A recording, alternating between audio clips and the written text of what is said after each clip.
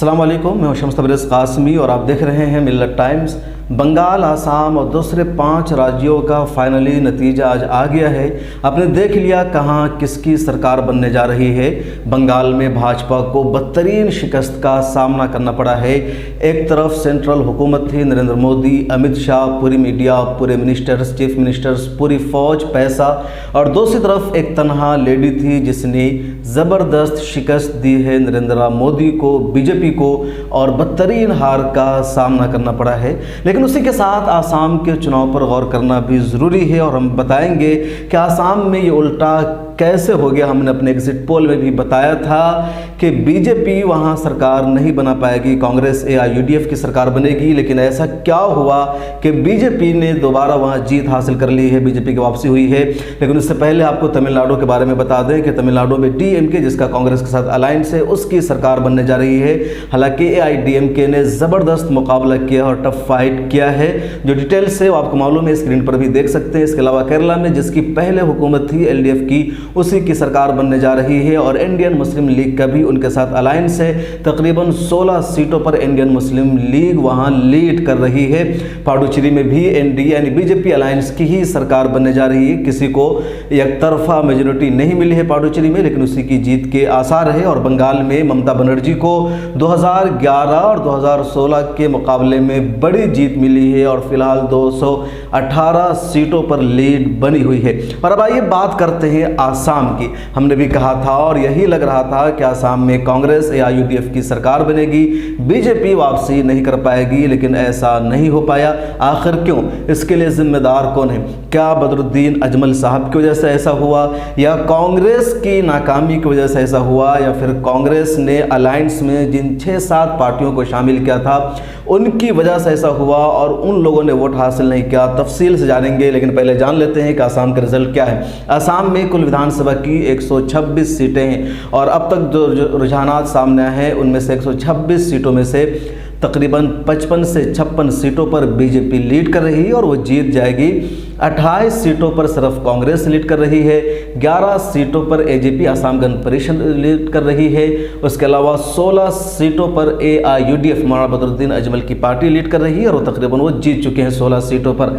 इसके अलावा 8 सीटों पर यूनाइटेड पीपल फ्रंट लीड कर रही है, वो जीत रहे हैं, जिनका अलायंस है बीजेपी के साथ। और बोडोलैंड पीपल फ्रंट 1 सीट पर लीड कर रही है, अभी तक उसकी जीत फाइनल नहीं हुई है। इसके अलावा अखिल गोगोई भी जीत गए हैं जेल में रहते हुए। तो ये आसाम की सूरत हाल है। मजमूई तौर पर देखा जाए तो NDA के खेमे में 78 सीटें इस वक्त, यानी 78 सीटों पर NDA बीजेपी अलायंस लीड कर रहा है और कांग्रेस का जो अलायंस है वो 50 से कम पर अटका हुआ है। आखिर ये क्यों हुआ, किस वजह से हुआ, वो हम आपको अब बताने जा रहे हैं। हमने कई मरतबा बताया कि आसाम को 3 हिस्सों में तकसीम किया जाता है। नंबर 1 अपर आसाम, दूसरा मिडिल आसाम और तीसरा लोअर आसाम। जो आसाम का अपर आसाम का एरिया है वो आसाम का तरक्की याफ्ता, तहजीब याफ्ता इलाका कहलाता है। वहाँ जो लोग हैं वो ख़ुद को ओरिजिनल आसामीज़ कहते हैं और वहीं से आसाम की सियासत तय होती है। आसाम में जितने बड़े बड़े लीडर्स और नेता होते हैं वो सब के सब अपर आसाम के ही होते हैं और वहीं के लोग सियासत तय करते हैं।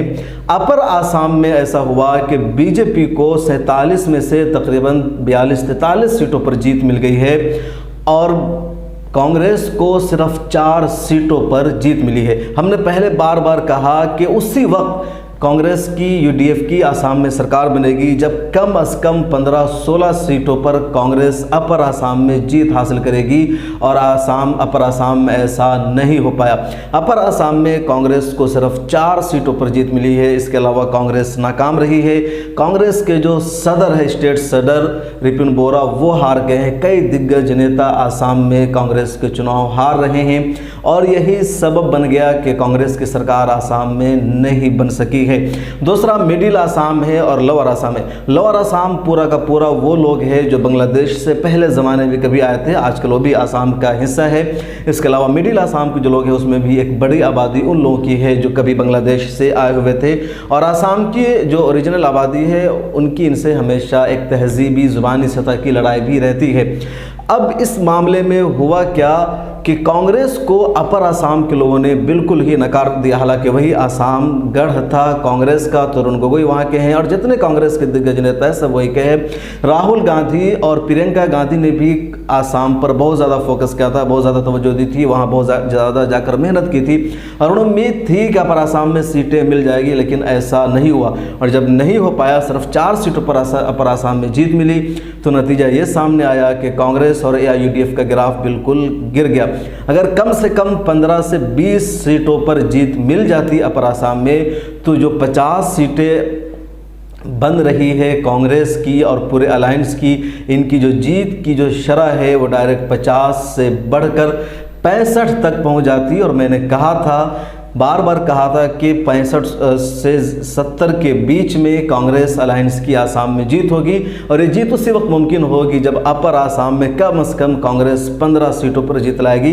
इधर जो मिडिल आसाम है, लोअर आसाम, वहाँ के बारे में मैंने आपको बताया था कि इन जगहों पर बीजेपी को कम सीटें मिलेगी, ज़्यादा कांग्रेस या UDF को मिलेगी और वही अब भी हुआ है। लेकिन अपर आसाम में एक तरफा तौर पर बीजेपी की जीत हो गई, जिसकी वजह से बीजेपी अब सरकार बनाने जा रही है।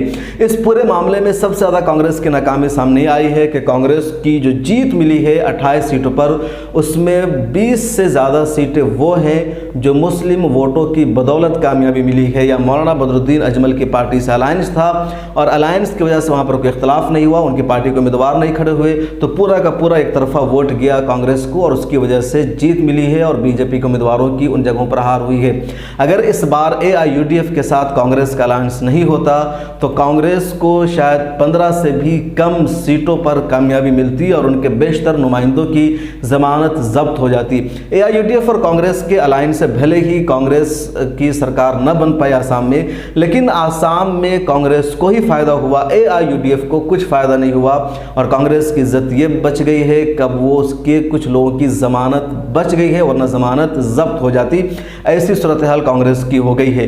दूसरी तरफ all India United democratic front ने बहुत ज़्यादा कुर्बानी देकर ये अलायंस किया था। All India United democratic front जब तनहा चुनाव लड़ी थी 2006 में, तो उसे 10 सीटों पर जीत मिल गई थी और उसके बाद 2011 में 18 नुमाइंदों को जीत मिली थी, 18 सीटों पर कामयाबी मिली थी। 2016 में भी 13 सीटों पर AIUDF को कामयाबी मिली थी और इस चुनाव में AIUDF को कांग्रेस ने सिर्फ 14 सीटें दी।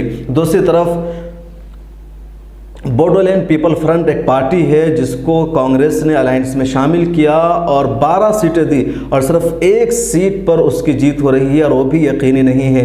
और AIUDF जो 18 सीटों पर जीत चुकी थी, जिसके 14 MLA थे, उसको 14 ही MLA दिया गया अलायंस में। लेफ्ट की तीनों पार्टियों को 3-3 सीटें यानी 9-10 सीटें लेफ्ट की पार्टियों को दे दिया गया और लेफ्ट की पार्टियों ने एक भी सीट जीत करके नहीं दी है अलायंस में। लेकिन इसके बावजूद मौलाना बदरुद्दीन अजमल चाह रहे थे कि बीजेपी की हार हो, एक मुश्तरका सरकार बने, चुनांचे उन्होंने झुक करके अलायंस किया और 14 सीटें मंजूर कर ली। मौलाना अजमल 31 सीटों की मांग कर रहे थे। हमारे साथ इंटरव्यू में भी उन्होंने कहा कि हम लोगों की यही मनसूबाबंदी, यही प्लानिंग थी और हम लोगों ने कहा था कि 31 की मांग कर रहे हैं, 25 पर कम से कम समझौता हो जाएगा, लेकिन कांग्रेस ने नहीं माना। अब एक मुसलमानों में बीजेपी को लेकर के एक बड़ा हवा सवार रहता है। गलती कांग्रेस करती है, गलती RJD करती है, सेकुलर पार्टियां करती है और उसका ठेकरा मुसलमानों के सर फोड़ दिया जाता है। जैसे बिहार में NDA की सरकार बन गई तो ठेकरा असदुद्दीन ओवैसी के सर फोड़ा गया कि उनकी वजह से तेजस्वी यादव हार गए। इतना मुसलमानों को बहुत सवार रहता है। जैसे अभी बंगाल में तो ममता बनर्जी ने तारीखी जीत हासिल कर ली है। अगर खुदा न खास्ता उनकी हार हो जाती और बीजेपी जीत जाती तो पूरा का पूरा ठेकरा असदुद्दीन ओवैसी पर और अब्बास सिद्दीकी का सर फोड़ा जाता कि इनकी वजह से ममता बनर्जी हार गई। आसाम में भी 2016 में जब बीजेपी की सरकार बनी तो वहाँ के मुसलमानों ने बदरुद्दीन अजमल साहब को टारगेट करना शुरू किया, ब्लेम करना शुरू किया कि उनकी वजह से आसाम में बीजेपी आ गई है, उन्होंने अलग पार्टी बना ली है, इन्होंने अलायंस नहीं किया। हालांकि अलायंस से हमेशा कांग्रेस ने इनकार किया, लेकिन इसके बावजूद मुसलमान समझते नहीं है, उन पर आरोप लगा रहे थे। चुनांचे 2019 के लोकसभा चुनाव में मौलाना बदरुद्दीन अजमल ने पूरी कोशिश की अलायंस की, उसमें कांग्रेस ने उन्हें धोखा दे दिया और कहा कि हम अलायंस नहीं करेंगे। बाद में पहले कहा था अलायंस करेंगे, फिर अगले चुनाव को लेकर के मौलाना ने पूरी कोशिश की और उस कोशिश का नतीजा ये को झुक करके उन्होंने अलायंस किया और उस अलायंस का नतीजा ये है कि मुस्लिम वोट का बिखराव तो नहीं हो सका, लेकिन कांग्रेस हिंदू वोट हासिल करने में नाकाम रही, सिफर रही, जीरो पर रही और उसका नतीजा ये हुआ कि बीजेपी दोबारा वहाँ वाज़ अक्सरियत से सरकार बनाने जा रही है। मौलाना बदरुद्दीन अजमल ने 19 उम्मीदवारों को उतारा था, जिसमें से 14 अलायंस के साथ थे उनके और 5 उनके फ्रेंडली फाइट थी। उम्मीद थी कि 14 जो 19 है उसमें से 15 से 16 पर जीत होगी और 16 पर मौलाना बदरुद्दीन अजमल की पार्टी के उम्मीदवारों को शानदार जीत मिल गई है। तो इन उम्मीदवारों के बारे में पहले भी लग रहा था कि उनकी जीत मुश्किल है और ऐसा ही हुआ, 3 नहीं जीत सके हैं। मौलाना की जीत की जो शरह है वो 85%, यानी जितने उम्मीदवारों ने खड़ा किए तो उसमें से 85% पर उन्होंने जीत हासिल कर ली है, जो सियासत में एक बड़ी कामयाबी है। कांग्रेस में जिन लोगों की जीत मिली है उनमें भी ज़्यादातर मुसलमान हैं या मुस्लिम वोटों की बदौलत ही कामयाब हुए हैं। बीजेपी ने भी आसाम में 8 मुसलमानों को टिकट दिया था। उन 8 में से फिलहाल किसी की जीत कंफर्म नहीं हो सकी है। अलबत्ता अमीनुल हक लश्कर की जीत हो सकती है, वहां पर आगे पीछे का खेल चल रहा है। एक और की भी जीत हो सकती है, अभी रिजल्ट फाइनल नहीं हुआ है। तो ये पूरा आसाम का सियासी समीकरण है जो हमने आपको बताया कि मिडिल और लोअर आसाम में कांग्रेस और AIUDF ने बहुत अच्छा प्रदर्शन किया, लेकिन अपर आसाम में कांग्रेस ने अच्छा प्रदर्शन नहीं किया। मिडिल आसाम में और लोअर आसाम में इसलिए अच्छा रहा कांग्रेस UDF का कि यहाँ मौलाना बदरुद्दीन अजमल के साथ अलायंस था। इनके अलायंस की वजह से वोटों की तकसीम नहीं हुई, लेकिन सिर्फ एक हिस्से में जीत हासिल करने से कभी भी किसी भी पार्टी की सरकार नहीं बनती है और यही हुआ है। बीजेपी ने तीनों इलाकों में जीत हासिल की है। अपर आसाम में तो पूरा का पूरा बीजेपी को जीत मिल गई है। इसके अलावा मिडिल आसाम में भी तकरीबन 20 सीटों पर बीजेपी ने जीत हासिल कर ली है। लोअर आसाम में भी 12 से 13 सीटों पर बीजेपी ने जीत हासिल कर ली है। आसाम गण परिषद ने अच्छा खासा किरदार अदा किया उनकी जीत में। इसके अलावा अखिल गगोई जो जेल में थे, जो कि लेफ्ट के एक सेकुलर किसान रहनुमा कहलाते हैं, उन्होंने राइजर दल अपनी पार्टी बनाई थी और उनकी पार्टी ने भी वोटों को बिखेरने का काम अच्छा खासा किया और इनडायरेक्ट वे में उसका फ़ायदा बीजेपी को पहुंचा। इस तरीके से बोडोलैंड फ्रंट ने भी कोई फ़ायदा नहीं पहुंचाया, यानी कांग्रेस ने जिन लोगों को अलायंस में शामिल किया था वो सब के सब नाकारा, बेबस साबित हुए और ख़ुद कांग्रेस नाकारा साबित हुई है कि वोट को हासिल करने में नाकाम रही है। जो कुछ 28 या 27 सीटों पर कांग्रेस लीड कर रही है और उन्हें इतनी सीटों पर जीत मिलेगी, वो भी AIUDF डेमोक्रेटिक फ्रंट की बदौलत मुमकिन हो पाया, वरना शायद ये भी नहीं हो पाता। हम आपको बता दें कि पिछली मरतबा आसाम में क्या था, यानी 2016 में किस पार्टी को कितनी सीटों पर जीत मिली थी। 2016 में NDA के पास कुल 75 सीटें थी। 75 सीटों में से बीजेपी की 59 सीटें थी, यानी 59-60 में से एक कम सीटें बीजेपी की थी। इस बार बीजेपी 55 से 56 पर लीड कर रही है, यानी मामला उतना ही करीब बीजेपी का पहुंच गया है। बीजेपी को इधर जीत नहीं मिली है लोअर मिडिल आसाम में, तो उधर जीत मिल गई है अपर आसाम में। AGP के पास पिछले साल 10 सीटें थी, इस मरतबा भी तकरीबन 10 सीटें, बल्कि 11 सीटों पर AGP की लीड है। यूनाइटेड पीपल फ्रंट्स एक पार्टी है, उसके पास 6 सीटें थी और वो बीजेपी में शामिल है। बोडोलैंड फ्रंट पहले बीजेपी में थी, अब कांग्रेस में आ गई है, लेकिन कोई फायदा नहीं, उनके पास सिर्फ 30 सीटें थी। कांग्रेस के पास पहले 31 सीटें थी, अब वो कम होकर के 28 पर हो गई है, क्योंकि अपर आसाम पूरा सफाया है। All India United democratic front के पास पहले 13 सीटें थी और अब 16 सीटों पर उनकी जीत हो गई है। कौन कहां से जीता, पूरे 5 सूबों में कितने मुसलमानों की जीत हुई है, बंगाल में कितने लोगों ने कामयाबी हासिल की है, इन सब की डिटेल्स मिलर टाइम्स पर आप अगली वीडियो में देख सकते हैं। फिलहाल मुझे दीजिए इजाज़त। आप इन बारे में क्या सोचते हैं, आसाम के सियासी नतीजे पर आपका क्या कमेंट है, कमेंट सेक्शन में ज़रूर लिखें और प्ले स्टोर से जाकर मिलर टाइम्स का ऐप ज़रूर डाउनलोड करें। फिर मुलाकात होगी, अपना ख्याल रखिए, अल्लाह हाफिज़। मिलर टाइम्स को आपकी ज़रूरत है, हमारी आप माली मदद करें। हर महीने सिर्फ 100 रुपये और 1 साल के लिए एक साथ सिर्फ 1000 रुपये। रकम भेजने के लिए यहाँ दिए गए फ़ोन पे, गूगल पे और पेटीएम नंबर का इस्तेमाल कर सकते हैं।